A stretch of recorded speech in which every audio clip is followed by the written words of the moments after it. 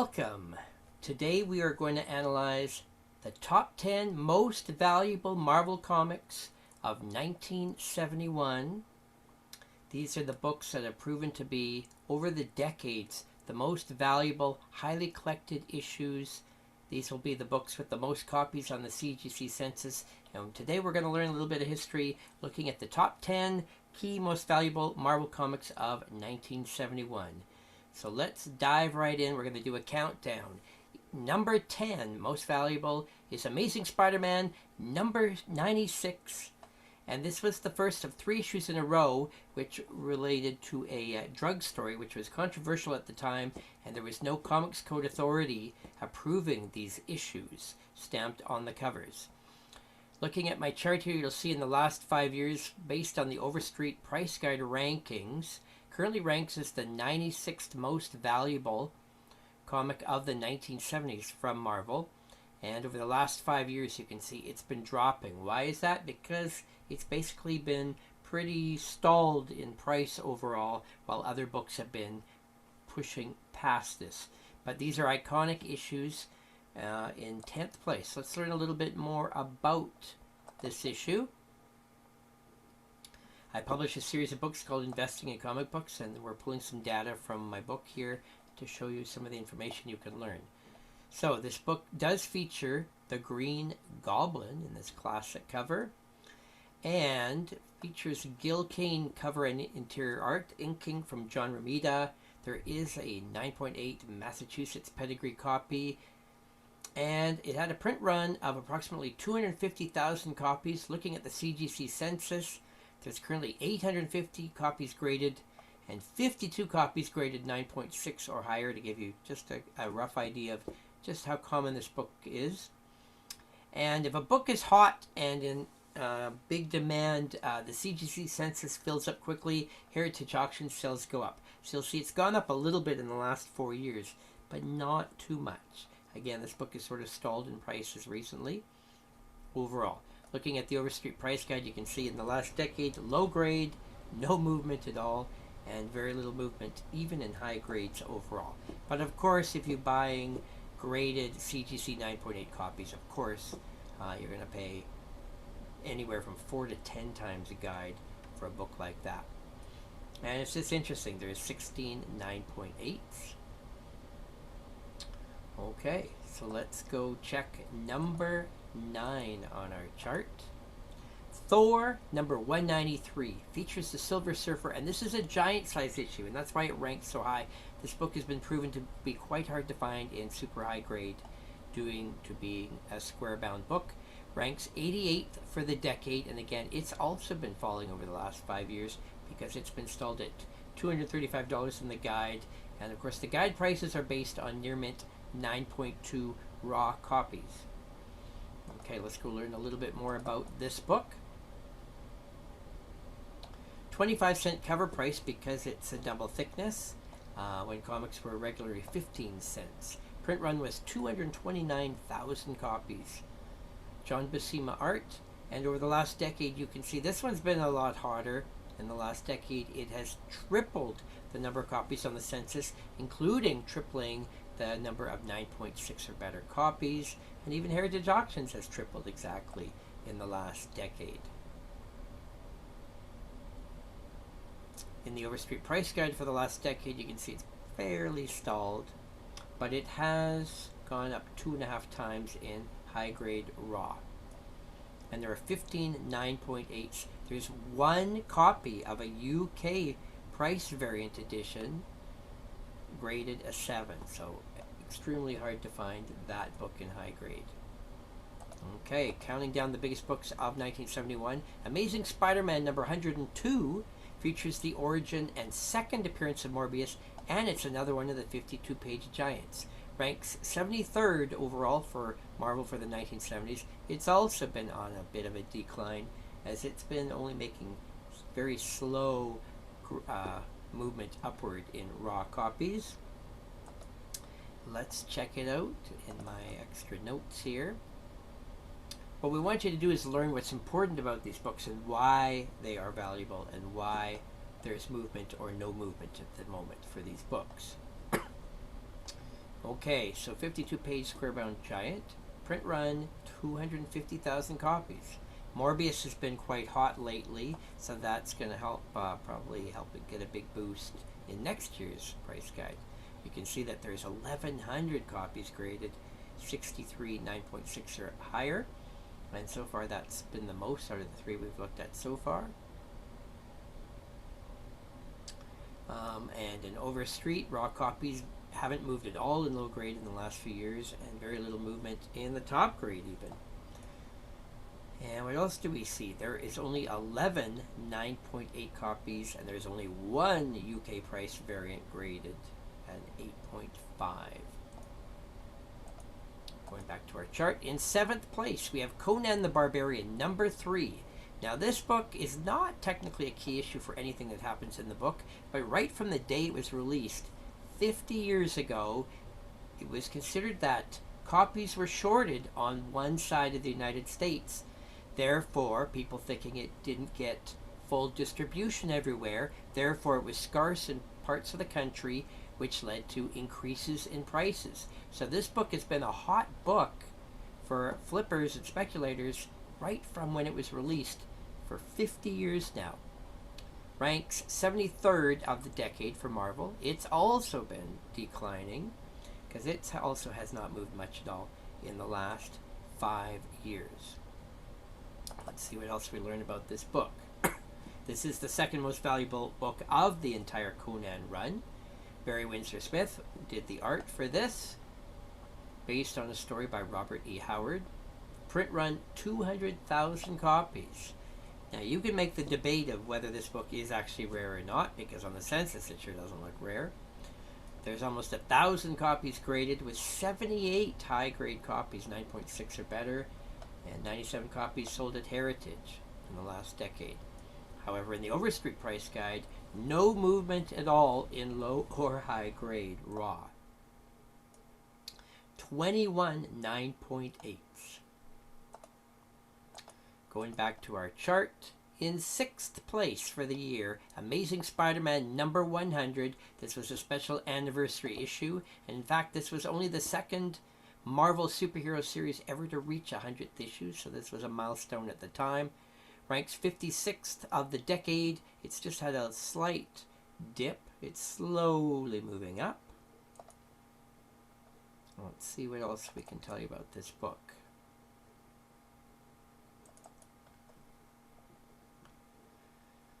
Green Goblin, the Vulture, the Lizard, Dr. Octopus, and the Kingpin appearances, all in a dream sequence. John Romita Sr. cover, Gil Kane art. Print run, 250,000 copies. Look at the census. It's gone crazy in the last decade. It's tripled on the census. And look at that. 224 copies, 9.6 or better. Heritage auction sales continue to rise as well. Classic iconic cover, featuring all of his greatest villains and friends. In the Overstreet price guide, it has actually fallen in low grade over the years. It's not moving at all. And in high grade, not much movement. So of course, as you probably already know, the high grade CGC graded copies, of course, they're all selling for much higher than these prices. So go to eBay, check out and see how these books are doing. Use the GP analysis site to see all the graded copies to get an idea of where the prices are at right at this moment. Looking at some of the interesting things, 79.8. That's just crazy. 3,000 copies in total. Of course, Amazing Spider-Man is the most highly collected Marvel title ever, and therefore you would expect a lot of copies graded. In 5th place for the year, The Avengers number 93 features Neil Adams art, and it's another 52-page square-bound 25-cent issue. And let's go see what we can tell you about this one. Of course, Neil Adams, very a hot artist at that time for DC and Marvel. And print run, 206,000 copies on this. Of course, remember these square-bound books all have a thicker spine and therefore potentially a lot more damage. So many times hard to find in high grade. Not sure that the case with this one. Look, there's very few super high grade copies. Only 21 graded 9.6 or more. 462 in total. Overstreet, again, not much movement in low grade, but high grade has almost doubled in the last decade. And there is only 2 9.8s. If you're one of those ultra high grade collectors, this is so far the book on the list to go hunting for. Extremely rare. 2 copies graded. Now consider that out of the original print run, 206,000 copies, and there's only 2 9.8s. Notice there is also a UK price variant, only one again. This one graded a 9.2. Number 4, most valuable comic of 1971 is Savage Tales Magazine #1. It features the first appearance of Man-Thing and a Conan crossover story. Now look at the prices over the decades.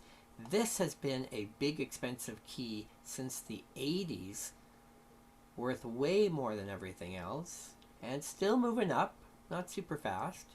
It ranks 4th of 1971 and still 37th of the decade, and look at that, it's been pretty stable.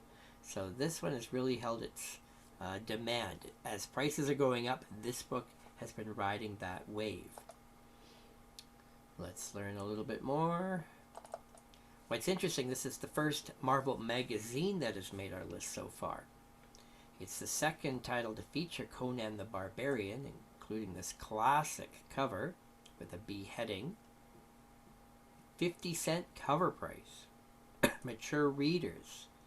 First appearance of Man-Thing and a Khazar story, drawn by John Buscema. And even Gene Colan and John Romita Sr. contributed art to this. This is the third most valuable Bronze Age Marvel magazine of the decade. Print run, 175,000 copies. Over the last decade, you can see that the CGC census has gone up 4 times. And there are 69.6 or better. In the Overstreet Price Guide Annual, you'll see over the last 15 years, it's not really gone up at all in low grade, but it has more than doubled in high grade. 15 9.8s. We're getting to near the top of the list. This one's an interesting one. Number 3 of the year, Fantastic Four, number 112, features the Hulk versus the Thing. This book's had nice steady growth over time. Ranks 35th of the decade and has only dipped a little bit overall. Let's go compare notes. John Buscema art. This is technically now the number 2 most valuable Fantastic Four comic of the 70s. And print run, 225,000 copies. Fantastic Four, of course, being one of Marvel's best-selling titles. On the CGC census, it's gone crazy in the last decade. Look at that, 1,359 copies with 48 9.6 or higher. Classic clean cover, black background. Overstreet has doubled in low grade, and it's gone almost 4 times up in high grade. So definitely demand for this. There's only 9 9.8s though. So again, this is another one to watch for. 7 copies graded of the UK price variant. The number 2 most valuable comic of 1971 from Marvel is Fantastic Four, number 110. It's the green-skinned cover. Now this book is interesting.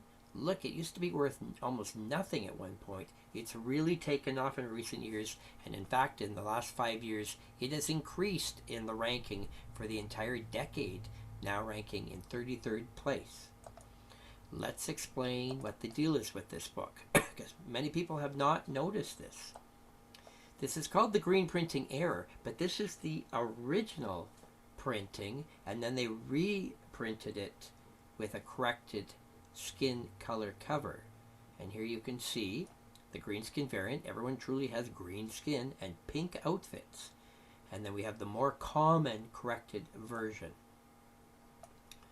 Okay, so that's interesting. Print run, 225,000 copies total for both versions. We do not know what the print run was for the green skin cover. Obviously it's rarer, so we don't know how quickly it was corrected. But notice this, because it's not the complete print run. There's only 115 copies graded and only 6 9.6s or better. Heritage has only ever sold 3 copies of this variant, which is pretty darn scarce. Looking at the Overstreet price guide, you can see it really only took off in value in just the last 4 years. It's tripled in low grade, which is a huge movement compared to the other books we've seen so far, and it's gone up 5 times in high grade in the last decade. There are 8 oh no, that's the regular cover. 8 9.8s of the corrected cover, but 0 of the green printing error. And then finally, so 9.6 is the highest obtainable copy right now on the CGC census if you're looking for that book. So that one's got some interesting history around it. And the number 1 most valuable book of 1971, this is the key everybody wants. It ranks number 1 of the year. 15th biggest Marvel comic of the 1970s. It's been going up higher and higher every year. Demand is crazy. The price guide is going nuts. Everybody wants this book. It's now 50 years old. The first appearance of Morbius the vampire. And look at the price. It's way ahead of everything else. But interesting to note that back in 1985, it might not have even ranked in the top 10. So some things do change over time. So let's go learn about this book, the most valuable Marvel comic. It had a print run of 250,000 copies. Morbius, of course, would later on have his own series. So he's a very well-known villain. Classic cover. Morbius slapping Spider-Man. Look at the census. It's gone crazy. Just even in the last 4 years, it's almost tripled. 3,700 copies. 113 9.6s or better. Heritage has sold a whopping 235 copies. The Overstreet price guide. Notice how it was flat. It wasn't moving at all for a decade. Just in the last 5 years, it's gone crazy and it's tripled. In high grade, it's gone up 5 times its original value. 34 9.8s, and believe it or not, there is a UK price variant. There is a 9.6, a sole one, so that would bring record numbers. Okay, so now what I want us to do is we're going to compare these 10 books overall on the CGC census. So what do we notice about these 10 books? Well, Amazing Spider-Man 101 is clearly the winner for the most in-demand book. Everyone's going crazy. 3,781 copies graded. The lowest book on the list is actually Thor 193. Not so much of a key book, just square bound and features the Silver Surfer. So not as much of a key book, but still expensive. Looking at the high grade copies, remember that they all have 9.8s, except Fantastic Four 110 only has 9.6s. On the census overall, it's actually Amazing Spider-Man number 100 that has by far the most 9.8s. That's interesting. And Amazing Spider-Man 101, which should be in the lead, is not. It's actually quite far behind issue 100. Okay, well there you go. We have now learned a little bit about the top 10 most valuable Marvel comics of 1971. We learned about their price growth, the rarity on the census, how they compare to other books, their growth. Is it increasing, stalling? Are they just flatlined in raw prices? So hopefully you learned a few things to help you get some comparisons. And remember, we're doing an episode for every year of the 1970s. So go back and watch 1970 and compare those top 10 books to this year and really find out where the rarity books are and which ones are overpriced or underpriced. So thanks for watching. Of course, check out the CBSI website, which is comicbookinvest.com, or my website where I have tons of articles at terryhoknes.com. Thanks for watching.